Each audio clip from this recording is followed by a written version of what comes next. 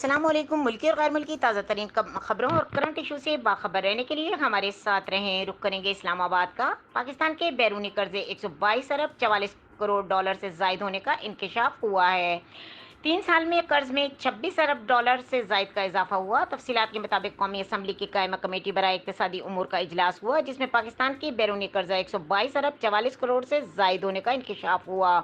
Briefing میں کہا گیا کہ جون 2018 میں کل بیرونی قرضہ 96 ارب ڈالر تھا۔ 3 سال میں قرض 26 ارب ڈالر سے زائد کا اضافہ ہوا۔ ایڈیشنل سیکرٹری اقتصادی امور ذوالفقار حیدر نے کمیٹی کو بریفنگ دیتے ہوئے کہا کہ پیرس کلب کا کل قرضہ 3 ارب 78 کروڑ 50 لاکھ ڈالر ہے، جس میں 2 ارب 97 کروڑ ڈالر قرض اور 81 کروڑ 40 لاکھ ڈالر شرح سود ہے۔ کورونا کی وجہ سے پیرس کلب کی جانب سے قرضوں پر ریلیف دیا گیا۔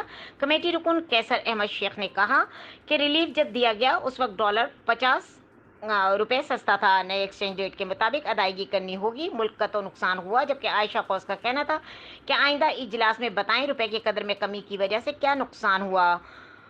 نئے ایکسچینج ریٹ کے مطابق ادائیگی کرنی ہوگی۔ ملک کا تو نقصان ہوا، جبکہ عائشہ قوس کا کہنا تھا کہ آئندہ اجلاس میں بتائیں روپے کی قدر میں کمی سے کیا کیا نقصان ہوئے ہیں۔ اس سلسلے میں کمیٹی نے آئندہ اجلاس ان کیمرہ طلب کر لیا۔ چیئرمین کمیٹی نے کہا کہ وزارت داخلہ اور دیگر متعلقہ ادارے بھی اجلاس میں شامل ہوں۔ مزید خبریں اور اپڈیٹ کے لیے دیکھتے رہیں کے نیوز چینل انٹرنیشنل۔